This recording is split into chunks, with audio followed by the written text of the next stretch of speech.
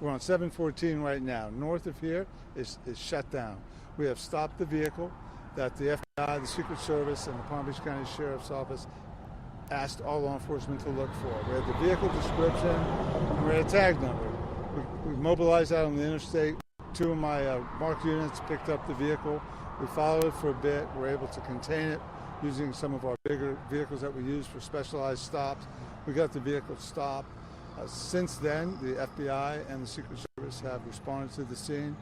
It does appear that we certainly have the vehicle involved in the incident at Mar-a-Lago, and we have the suspect that they were looking for.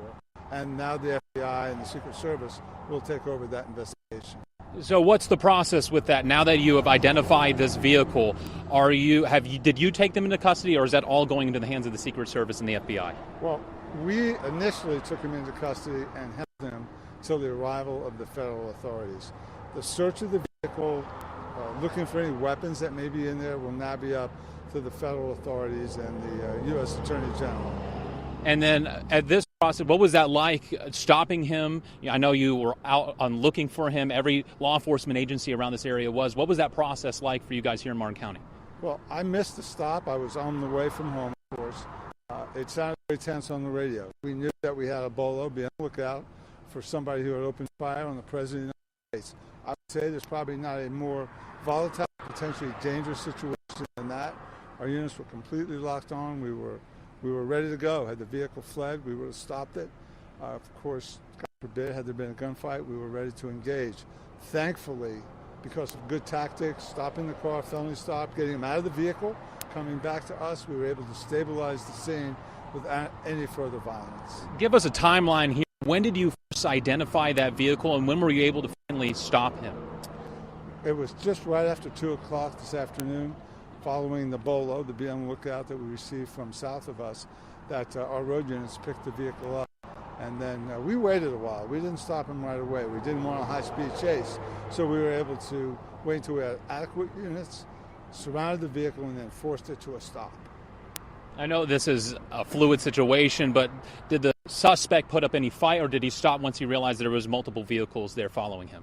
We did not give him an opportunity to put up a fight. So we had him contained, forced off the road, taken out at gunpoint, pulled back in what we call a felony stop, and he was safely taken into custody. And as you said, you believe this may be the suspect and the vehicle involved in the incident down in Mar-a-Lago. I know it's still a very fluid situation here. This is the vehicle, and this is the suspect, and he is in custody. So is he in the custody right now at the Martin County Jail, or is he taken somewhere else because of the involvement down in Mar-a-Lago? He is currently in custody by the Martin County Sheriff's Office, my agency, but as soon as the FBI Secret Service are ready, we'll transfer his custody over to them. Final question for you here. Obviously a fluid situation out there on I-95. It's going to be shut down, I would imagine, still for a while. What's the process out there, and what's your warning for drivers headed around this area? Yeah, if you're northbound on I-95 and you're approaching Palm City, we're right here in Palm City, Florida, get off and go to the turnpike. We had to clear the vehicle with an explosive vehicle on loan to us, an explosive dog from the St. Lucie County Sheriff's Office. Governor DeSantis made contact with us and let us know we had all the FAP help we wanted. And of course, we're profoundly thankful that we were able to neutralize the suspect and to hopefully increase the safety for President Trump. One other question. Can you tell what kind of vehicle it was, what you found inside? It was let me leave it at this. It was a dark-colored, middle-year SUV, but I think the specifics will be released by the federal authorities. Sheriff, is there anything else that's important to note about what you guys did here at this scene, or anything else that people need to know out there? Well, what's very important is this. We took as high a profile felon off the streets as is possible. We did it safely. Nobody else was hurt. And I'm thankful to the men and women of the Martin County Sheriff's Office who put their lives really at significant risk. They had no idea what they were encountering. I mean, think about it. They're stopping a car. The bolo is for a suspect who had just fired at the President of the United States with a tactical rifle. It does not get scarier than that. All right, 1:30 this afternoon. Call came out, shots fired. That was called in by the Secret Service.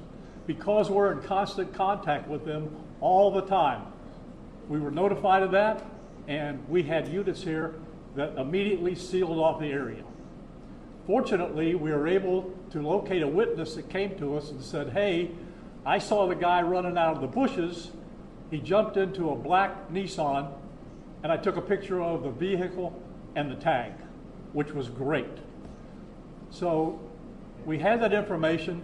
Our real-time crime center put it out to the license plate readers.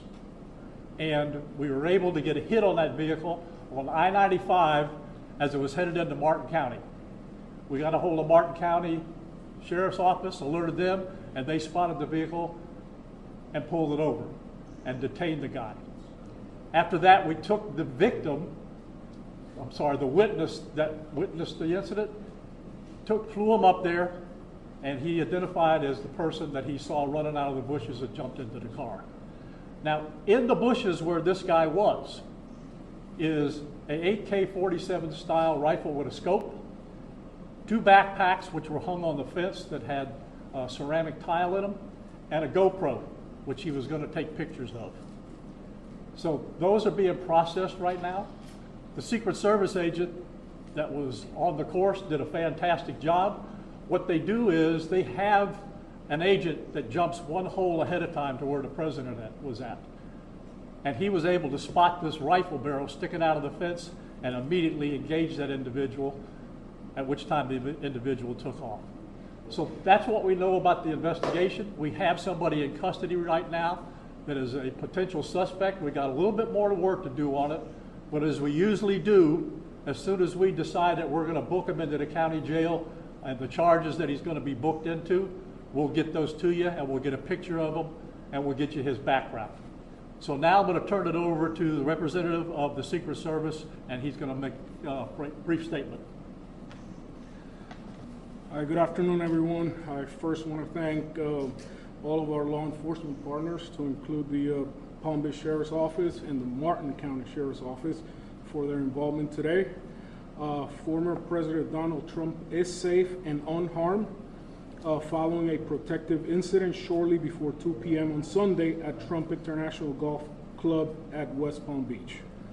The U.S. Secret Service personnel opened fire on a gunman located near the property line, and this matter is under investigation. I'll turn it over to my partners over at the FBI.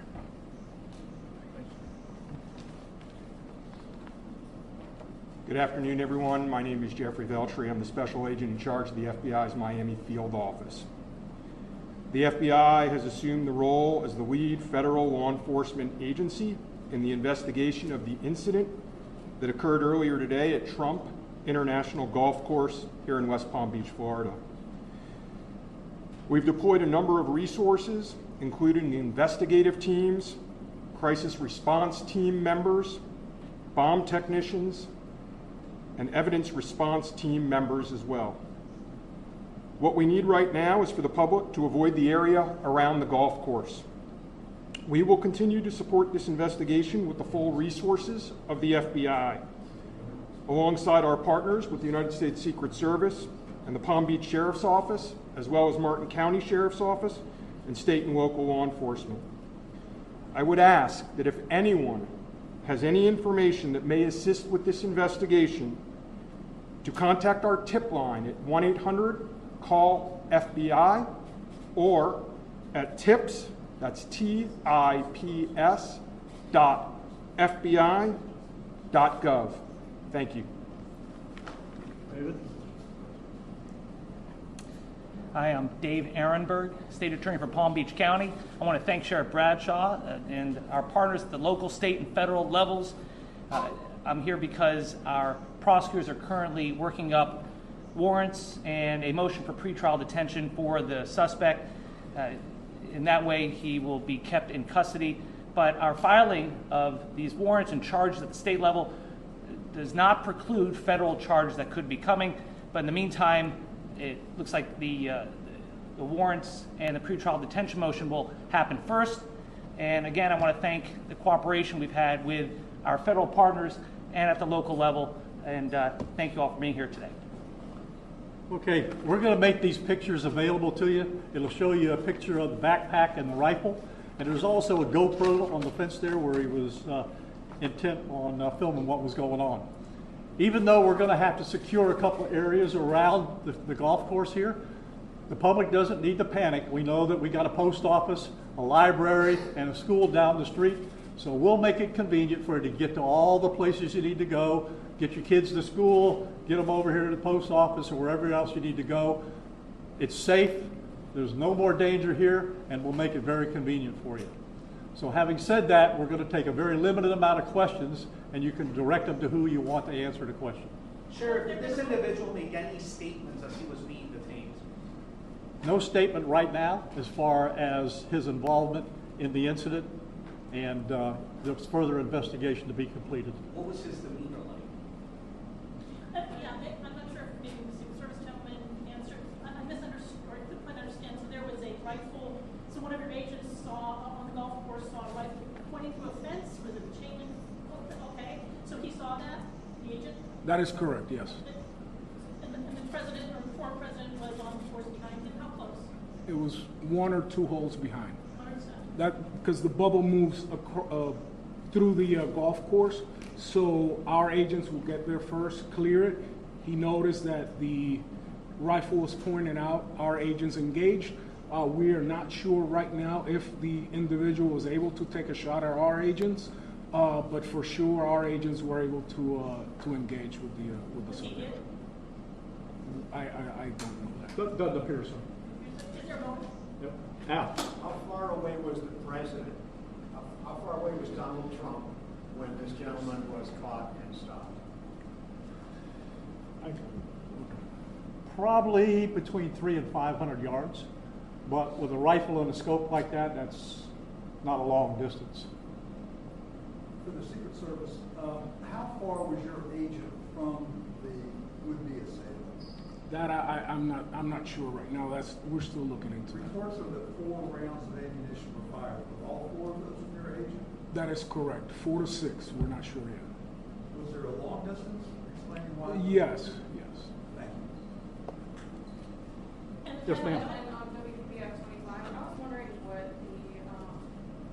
how this was able to happen, and for future reference, is there any security in the golf course?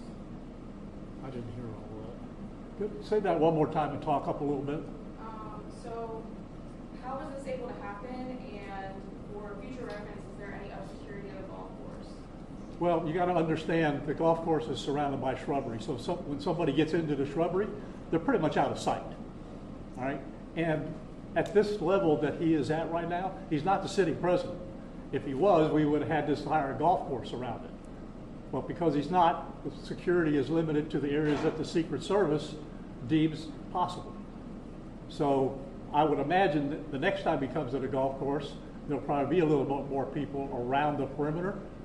But the Secret Service did exactly what they should have done. They provided exactly what the protection should have been, and their agent did a fantastic job. Which direction was the shrubbery where he was? North, south? I guess east, west, and south is the road? The layout of the golf course, you've got 3 holes, 5, 6, and 7. All right? One of them runs parallel to Summit Boulevard. One of them runs parallel to Congress. And he was in an area in the shrubbery where he could see both holes. So the president was another hole back, which means he's about between 400 and 500 yards away. So he was on the golf course? Oh, he's on the golf course, yeah, but he's back a ways. For the Secret Service, have you guys changed at all the way that you guys are protecting former President Donald Trump? This is now a potential second attempt on him. Can you just elaborate on how things have changed and what you make of all this? Yes, the threat level is high. We have increased the amount of assets that we've supported, so we live in danger times. So yes. We're done with questions right now. There's really nothing more for us to add. I just want to tell you, the Secret Service and the FBI and the State Attorney's Office have been fantastic to work with. And I can tell you right now, our agency with this real-time crime center was fabulous. That's how we got the guy. We started out with, we don't know anything, to where we had a tag, we had a vehicle description, and we got an area where we saw the person. So be proud of your law enforcement. All right, thanks folks, we'll get back to you.